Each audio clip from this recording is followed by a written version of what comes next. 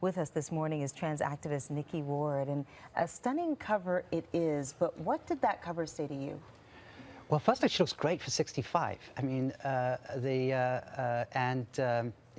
I wish I'd had Annie Leibovitz taking pictures of me when I was coming out.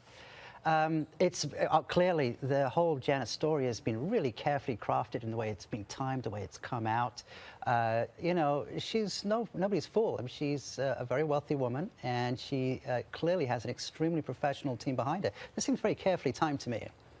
Carefully timed, but there's also, during a transition, there's a period in between, and we're obviously not seeing that. Well, there's a period called cross-living. It's that awkward time because in a lot of people's heads, it's like throwing a switch, but clearly there's a lot of practical stuff that has to get taken care of this.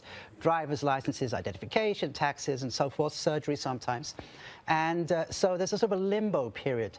What's really clever about this, I think, as a publicity schedule, is that it provides a clear line in the sand. Before June 1st, we would refer to Ms. Jenner one way. Today, we refer to her as she. And so it's made it very clear to the American public the before and after. It's provided a neat line in the sand for them to observe. So. And it's interesting, too, we were talking about the June 1st date and the significance of that. And this so-called PR machine, as you call it. Well, it's a year to the day, almost. The June 1st cover with Laverne Cox on Time magazine talking about the transgender tipping point. I don't think it's any accident that it's almost a year to the day. So is this positive, then, for the trans community? Well, obviously, you know, I'm always glad to be able to present a fairly ordinary view of what a trans person is. So I welcome these kind of opportunities. So in that sense, it is a very positive thing. On the other hand, it really is part of this sort of reality TV show that's not a lot of many normal people's lives, including many trans people.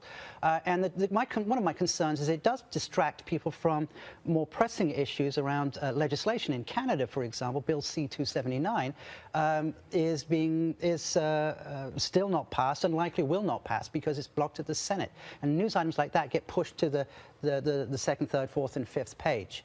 On the other hand, there's a lot of positive feedback from the general public I'm seeing out there. People are saying well done and using pronouns correctly, and so that seems to be a good thing.